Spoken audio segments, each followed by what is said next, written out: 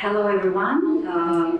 I'm very happy to be here today and to discuss on this very important topic, which is inclusive education. I would like to thank all the organizers in the name of UNICEF for such a great event and for making this topic so important, because this is for our children, for the lives of the children in Albania to be included as best as possible. So I'm very happy here to share today with all of you some of the achievements, some of the challenges, and some of the efforts that UNICEF has done in order to guarantee the inclusive education into Albanian system in Albania. Firstly, I want to mention that as many of the panelists before discussed, there are a lot of legal international frameworks when it comes to the inclusive education. And one of them is the Konventa of the Rights of the Persons with Disability, that mention the right to education for all children, but especially for children with disability. And it emphasizes that states also should make all the conditions in order so that children must be included into the environments at school that are inclusive, starting from curricula, starting from the physical environment, starting from teacher training and so on. And of course, the Committee of the Rights of Persons with Disability has established the comment number 4 on the Article 24 that is related also to give a definition of what is inclusive education, but as well to give to all the steps, to the states, all the steps that they should do in order to guarantee inclusive education. There are a lot of others important legal frameworks, international frameworks that emphasize the education for all children, and this is one of them is the Universal Declaration of Human Rights, International Convention on Economic and Social and Cultural Rights, Convention on the Rights of the Child, the Salamanca Statement, and also the Development Sustainable Agenda that refers to the Goal 4 to ensure inclusive education and equitable access to every child and promote lifelong learning opportunities. As I mentioned, all these documents talk about the right to education, but with much emphasis on children that comes, for example, from vulnerable groups, which might be children that lives in conflict situations, children with disabilities, or other children from minorities and linguistic diversities, and so on. We in UNICEF have adopted the proposed definition of UNESCO of what is inclusive education, and it is a process of addressing and responding to diversity and all needs of learners through increasing participation, cultures and communities, and reducing exclusion within the form of education. It involves changes, modifications in content, approaches, structures, and strategies with a common vision which covers all children of the appropriate age, and the conviction that this is the responsibility of the state to educate all children. With regard to the context of the policy framework in Albania, I would like to mention that in the last decades, we have done a lot of progress when it comes to laws, legislation, strategies, and so on. And UNICEF has been a partner in developing these strategies. The latest strategies that UNICEF has been working with is the education strategy. And it is very important to mention that this strategy is very comprehensive, and also one of the goals of the strategy is related as well to the inclusion of children starting from preschool until the lifelong learning. And this strategy, in terms of EU integration, is in full coherence with the strategic objective of the education and training framework for cooperation, as well with the EU competence framework and the agenda for sustainable goals number 4. We in Albania have a very important law on the education system, as mentioned also by other panelists, that emphasizes the importance of inclusion of all children in Albania. And it is very important that this law might be translated into practice, and that all the children might have this right to be included into the mainstream education. In 2019, UNICEF has done a lot of efforts to create a guideline on the role of the assistant teachers in Albania in the pre-university education that gives guidance on the roles that these professionals should have into the education system.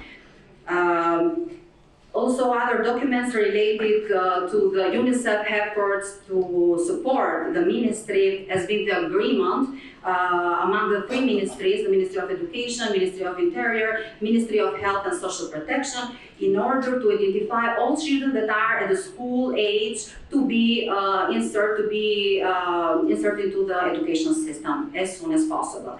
And there have been also developed various guidelines on the roles and the responsibilities at local level of all the regional directors, school members, registry offices, child protection units, and so on. And in these 5 years, there have been like more than 2,000 stakeholders that have been trained on how to use this guideline.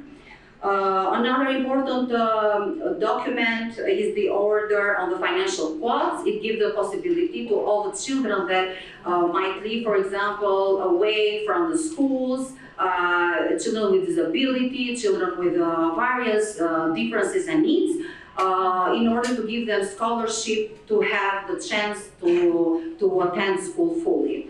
And many professionals in various sectors have been trained on how to advocate for the scholarship, but as well parents in Albania have been trained on how to apply for the scholarship for children. UNICEF has done a lot of work also in the prevention of dropout. We know that many children that comes from these excluded communities are more likely to leave school, to drop out school. So we have worked in compulsory system with the early warning system program for many years, and we have trained teachers and other professionals in the schools on how to identify children that are at most the risk of dropout, and then to prepare plans for them, individual plans, but also a whole school plans program in order to prevent dropout. This project currently is being implemented in vet schools, in professional schools, as well in upper secondary schools. And so far this year we have trained 950 school staff, teachers, school psychologists, and so on. UNICEF has been developing many module trainings for teachers, and we have trained teachers from various levels, starting from preschool. We have Aurelia from the ministry, from the staff here, that has done a great job with starting on the preschool education, because there is very important that teacher get all the concepts starting from preschool on how to prevent them the later dropout of the children that are excluded from the education system. And we have trained more than 2,000 teachers and other staff in Albania with this training module, strengthening the role and the skills of the assistant teachers. We have the training modules are related to the development of a personal child plan, but also a family support plan. The model of disability is explained on how it should be functioned to identify the abilities that these children have. And also it is child-centered, and the universal design of learning is at the center of the training modules. We now as UNICEF are collaborating for something that is very, very important. We have in Albania so far 9 schools that are special schools, and by law, by the pre-university law, these schools should be transformed into the resource centers. What we are doing now is that we are assessing the situation of the current schools in order to transform them into resource centers and to see the potential regarding to financial capacity, capacity building aspects, institutional, legal and policy, and then we would like to develop a roadmap which will guide us on the transformation of these special schools into resource centers in order that children might be included. There, of course, we have such a good national and international framework when it comes to policies and so on. But we need a lot of, we have challenges and we have a lot of work to be done, that we have to do together in order to make possible that all our children are at school. And for example, it's still the medical assessment prevailing when we do the diagnosis of children, and we need the biopsychosocial model in order to have this, let's say, intervention in various directions. We have a lot of work to do when it comes to the physical environment and assistive technology. The assistive technology still lack in Albania. We do not have at school level, for example, tools on how children might work with them. We still lack teacher development, and we have to put more efforts on that. And we need a lot of cooperation among professionals. We need to train. We have more.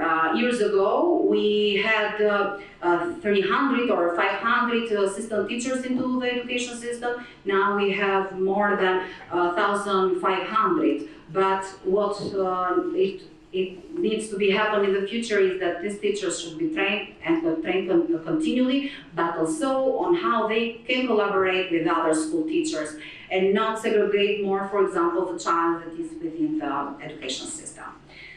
So the way forward that we all, as actors of changing actors, should do in the education system is to continue this capacity building and to document all these successful practices and to contribute in strong partnerships on inclusive education.